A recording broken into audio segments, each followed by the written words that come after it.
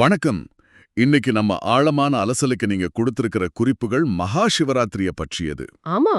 இது வெறும் ஒரு மத பண்டிகைன்னு மட்டும் இல்லாம, அதுக்கு பின்னாடி இருக்கிற ஆழமான அறிவியல், ஆன்மீக காரணங்களையும் நாம பார்க்க போறோம். சொல்லப்போனா இது ஒரு நுட்பமான தொழில்நுட்பம் மாதிரி. தொழில்நுட்பமா?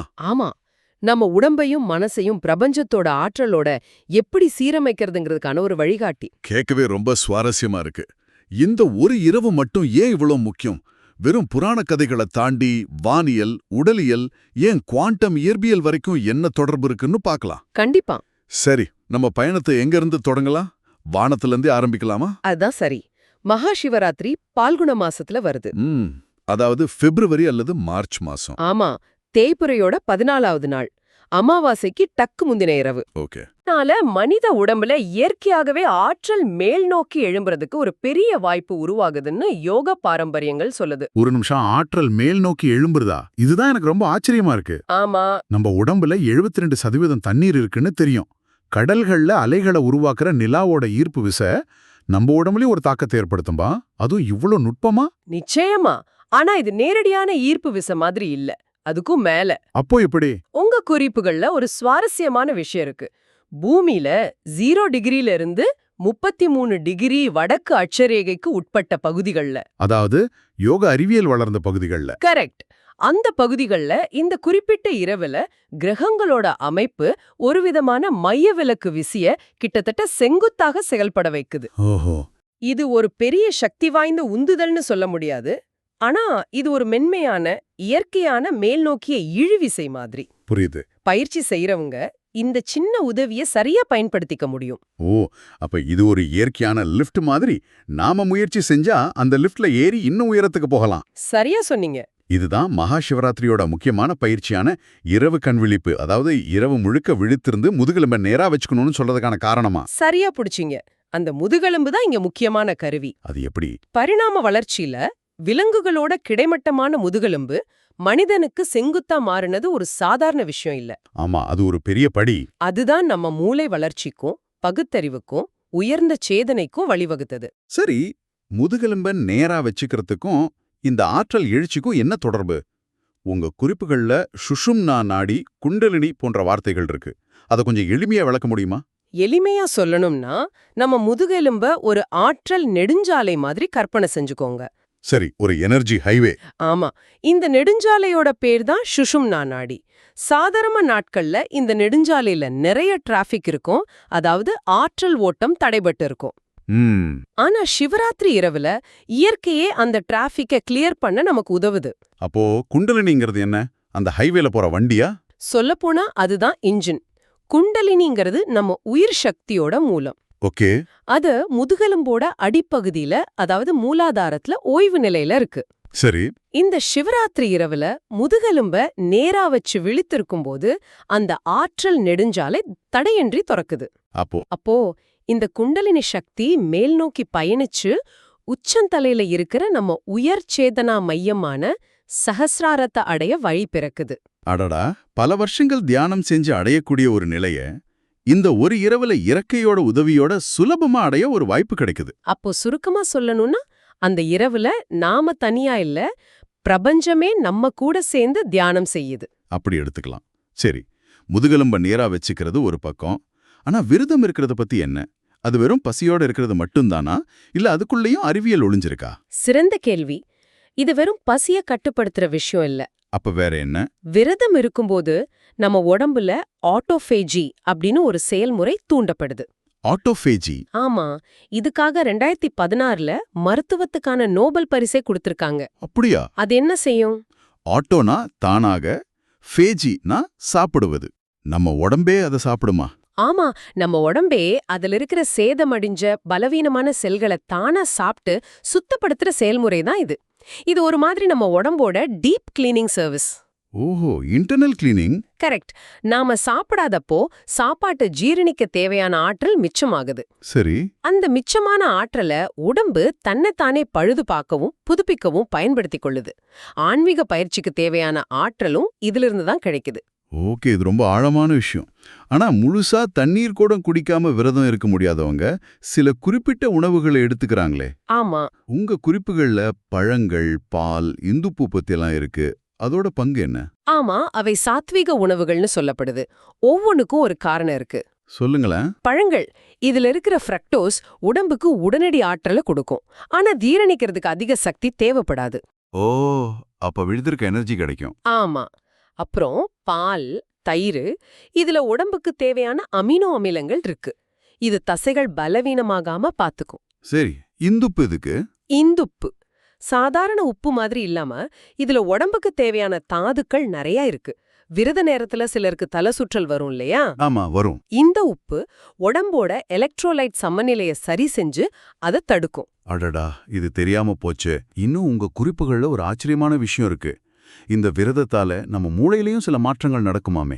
கண்டிப்பா நடக்கும். கீட்டோன்கள், பிடிஎன்எஃப் அப்படின்னு சில வார்த்தைகள் இருக்கு. ஆமா, நாம விரதம் இருக்கும்போது உடம்பு ஆற்றலுக்காக கொழுப்பை எரிக்க ஆரம்பிக்கும். அப்போ கீட்டோன்கள் உருவாகும். ஓகே. இந்த கீட்டோன்கள் மூளைக்கு ஒரு சூப்பர் எரிபொருள் மாதிரி. இது மூளையில பிடிஎன்எஃப் அப்படிங்கிற ஒரு புரதத்தோட உற்பத்திய அதிகரிக்குது. பிடிஎன்எஃப்னா? அத மூளைக்கான உரம்னு சொல்லலாம். மூளைக்கான உரமா? அது என்ன செய்யும்? அது நியூரோபிளாஸ்டிசிட்டி, அதாவது நரம்பியல் நெகிழ்வுத்தன்மையை மேம்படுத்துது. அதாவது சுருக்கமா சொல்லணும்னா நம்ம மூளைய ஒரு களிமண் மாதிரி மாத்துது. பழைய சிந்தனை முறைகள், பழக்க வழக்கங்கள்ங்கிற கடினமான பாறையா இல்லாம புதுசா யோசிக்கிறதுக்கும் கத்துக்கிறதுக்கும் ஆழ்ந்த தியான நிலைக்கு போறதுக்கும் ஏதுவான ஒரு சூழலை உருவாக்குது. ரொம்ப ஆச்சரியமா இருக்கு. உடம்ப அண்டத்தோட சீரமைக்கிறோம், விரதத்தால உடம்ப சுத்தப்படுத்துறோம். உங்க குறிப்புகள் அடுத்ததா பருவகால மாற்றத்தோட இதை இணைக்குது. ஆமா, ரிது சந்தி. சிவராத்திரியே குளிர்காலம் முடிஞ்சு வசந்த காலம் தொடங்குற நேரத்துல வருது.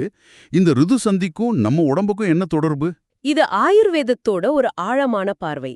ஆயுர்வேதத்தின்படி குளிர்காலத்துல கபம் தோஷம் நம்ம உடம்புல இயற்கையாவே அதிகமா சேரும். ஓகே. வசந்த காலத்துல வெயில் அதிகரிக்க ஆரம்பிக்கும் போது ஒரு மலையில இருக்கிற பனி உருகுற மாதிரி இந்த உறைஞ்சு போன கபம் உடம்புல உருக ஆரம்பிக்கும். அது உருகினா என்ன ஆகும்? அது நல்ல விஷயம் தானே? இல்ல, அந்த உருகின கபத்தை உடம்புல இருந்து சரியா வெளியேற்றலன்னா என்ன ஆகும்? அதுதான் வசந்த காலத்துல வர்ற சளி, இருமல், அலர்ஜி, ஒரு விதமான மந்தநிலை, சோம்பல் எல்லாத்துக்கும் காரணமா அமையுது. அப்படியா? மகா சிவராத்திரியோட விரதமும் இரவு விழித்திருத்தலும் உடம்புல ஒரு விதமான வெப்பத்தை உருவாக்கி இந்த அதிகப்படியான கபத்தை உலர்த்தி உடம்புல இருந்து வெளியேற்ற உதவுது. ஓஹோ, அப்போ இது அடுத்த ஒரு வருஷத்துக்கு நம்ம உடம்ப தயார்படுத்துற ஒரு வருடாந்திர சர்வீஸ் மாதிரி. சரியா சொன்னீங்க, ஒரு வருடாந்திர சர்வீஸ் மாதிரி தான். உடம்ப காலநிலையோட சீரமைப்பதை பற்றி பார்த்தோம். ஆனா உங்க குறிப்புகள் சொல்றபடி இந்த சீரமைப்பு பிரபஞ்சத்தின் ஆழமான விதிகள் வரைக்கும் போகுது. ஆமா. சுவிட்சர்லாந்துல இருக்கிற சர்ன் அணு ஆராய்ச்சி மையத்துல நடராஜர் சிலை இருக்கிறதே இதுக்கு ஒரு பெரிய உதாரணம். அங்கதான் நவீன இயற்பியலுக்கும் சைவ சித்தாந்தத்துக்கும் ஒரு ஆச்சரியமான தொடர்பு ஆரம்பிக்குது. ஆமா, உங்க குறிப்புகள்ல இருக்கிற சிவ தியரி, அதாவது சிவ கோட்பாடு, இது அழகா விளக்குது. அது என்ன சொல்லுது? இது பிரபஞ்சத்தோட மிகப்பெரிய மர்மங்களான இருண்ட பொருள், அதாவது டார்க் மேட்டர், அப்புறம் இருண்ட ஆற்றல், அதாவது டார்க் எனர்ஜி, இது ரெண்டையும் சிவன் மற்றும் சக்தியோட தத்துவங்கள் மூலியமா புரிஞ்சுக்க முயற்சி செய்யுது. இது கேட்கவே ரொம்ப பிரம்மாண்டமா இருக்கு. கொஞ்சம் விளக்கமா சொல்லுங்களேன். இருண்ட பொருள்னா என்ன? அதுக்கும் சிவனுக்கும் என்ன சம்பந்தம்? நம்ம கண்ணுக்கு தெரியற நட்சத்திரங்கள், கிரகங்கள் எல்லாமே பிரபஞ்சத்துல வெறும் 5% தான். வெறும் 5% தானா? ஆமா, மீதி 95% என்னன்னே நமக்கு தெரியாது. அதுல சுமார் 27% தான் இந்த இருண்ட பொருள். ஓகே. அது கண்ணுக்கு தெரியாது, ஆனா அதுக்கு ஈர்ப்பு விசை இருக்கு. அந்த ஈர்ப்பு விசை தான் கோடிக்கணக்கான நட்சத்திர கூட்டங்களை ஒன்னா புடிச்சு வச்சிருக்கு. சரி, அதுக்கும் சிவனுக்கும்? சைவ தத்துவத்துல சிவன் எப்படி வெளிப்படாத நிலையான அமைதியான ஒரு பிரக்ஞையா இருக்கிறாரோ அதே மாதிரி இந்த இருண்ட பொருளும் பிரபஞ்சத்துக்கு ஒரு அடித்தளமா, கண்ணுக்கு தெரியாம ஆனா எல்லாத்தையும் தாங்கி புடிச்சுக்கிட்டு இருக்கு. அப்போ சக்தி, அதுதான் இருண்ட ஆற்றலா? சரியா சொன்னீங்க.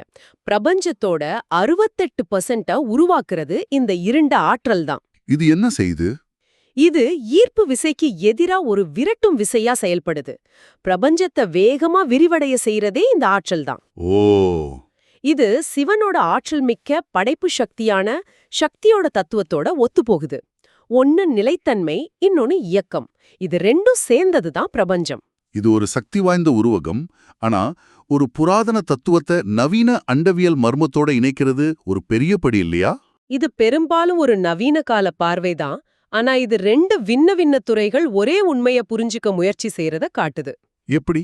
ஒன்னு உள்நோக்கிய தியானத்தின் மூலமா, இன்னொன்னு தொலைநோக்கிகள் மற்றும் கணித சமன்பாடுகள் மூலமா.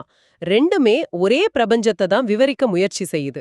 சரி, சிவனோட இன்னொரு அம்சம் அழித்தல், ருத்ர தாண்டவன்னு சொல்றோமே, அதை எப்படி இயற்பியலோட இணைக்கிறது? அத வெப்ப ஈர்க்கவியலோட 2ஆம் விதியோட ஒப்பிடலாம். Second law of thermodynamics. ஆமா, அந்த விதியோட பேரு என்ட்ரோபி.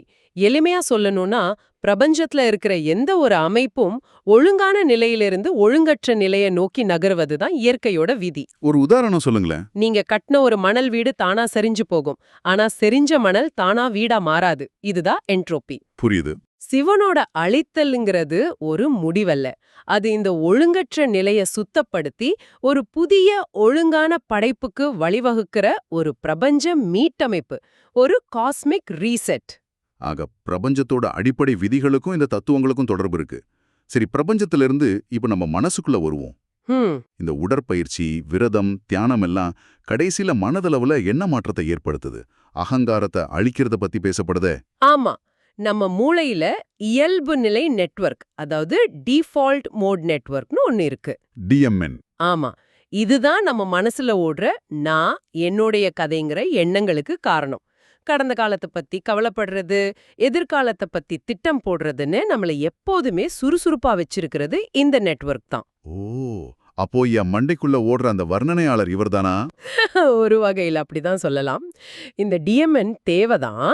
ஆனா அது அதிகமா செயல்படும் போதுதான் கவலை, மன அழுத்தம் எல்லாம் வருது. சரி. சிவராத்திரி இரவுல செய்யற தியானமும் விழிப்புணர்வும் இந்த டிஎம்எனோட செயல்பாட்டை குறைக்குதுன்னு ஆய்வுகள் சொல்லுது. அப்போ என்ன ஆகும்? அந்த மன வர்ணனையாளரோட சத்தத்தை குறைச்சு ஒரு அமைதியான, விஷாலமான மனநிலைய அனுபவிக்க உதவுது. அப்போ எண்ணங்கள் இல்லாம போயிடுமா? எண்ணங்கள் இல்லாம போகாது. ஆனா எண்ணங்களிலிருந்து உங்களை பிரிச்சு பார்க்க முடியும். அது எப்படி? உங்க குறிப்புகள்ல சொல்ற மாதிரி இது அறிவாற்றல் விலகல், அதாவது காக்னிட்டிவ் டிஃப்யூஷன் என்ற நிலைக்கு வழிவகுக்குது. அப்படின்னா? அதாவது ரயில் நிலையத்துல நிக்கிற நீங்க வர்ற ஒவ்வொரு ரயில்லையும் ஏறி பயணம் பண்ணாம, ஓ இது ஒரு கவலையான எண்ணம் கொண்ட ரயில், இது போகட்டும் நின்னு பாக்குற சக்தி உங்களுக்கு கிடைக்குது. ஓஹோ. எண்ணங்கள் உங்களை ஆளாம நீங்க அதை கவனிக்க ஆரம்பிக்கிறீங்க. இதுதான் அகங்காரம் கரைவதோட முதல் படி. அப்போ சுருக்கமா சொல்லணும்னா, மகா சிவராத்திரிங்கிறது வானியல், உயிரியல், உளவியல், பிரபஞ்சவியல் எல்லாத்தையும் இணைக்கிற ஒரு முழுமையான கட்டமைப்பு. ஆமா, நம்மளோட இந்த சின்ன உலகத்தை, அதாவது மைக்ரோ காஸ்மோஸ பிரபஞ்சத்தோட அந்த பெரிய உலகத்தோட, அதாவது மேக்ரோஸ் காஸ்மோஸோட ஒத்து சேர்க்கிற ஒரு வாய்ப்பு. மிகச் சரியா சொன்னீங்க. இத ஆன்மீக ரீதியா பார்த்தாலும் சரி, அறிவியல் ரீதியா பார்த்தாலும் சரி, இது பிரக்ஞையை மேம்படுத்துறதுக்கான ஒரு நுட்பமான தொழில்நுட்பம். படைப்போட மூலத்தோட நம்மளை இணைச்சிக்கிற ஒரு முயற்சி. அதேதான். இறுதியா உங்களுக்கு ஒரு சிந்தனை. உங்க குறிப்புகள்ல புராணங்கள்ல வர்ற ஒரு வேடனோட கதை இருக்கு. ஆமா இருக்கு. அவன் அறியாமலேயே தற்செயலா சிவராத்திரி விரதத்தை கடைப்பிடிச்சு முக்தி அடைஞ்சான். ஒரே ஒரு இரவோட அறியாத விழிப்புணர்வே அவ்வளவு பெரிய மாற்றத்தை ஏற்படுத்த முடியும் என்றால், அறிந்து முழு மனதுடன் விழித்திருக்கும் ஒரு இரவு உங்களுக்குள் எதை திறக்கக்கூடும்? சிந்தித்துப் பாருங்கள்.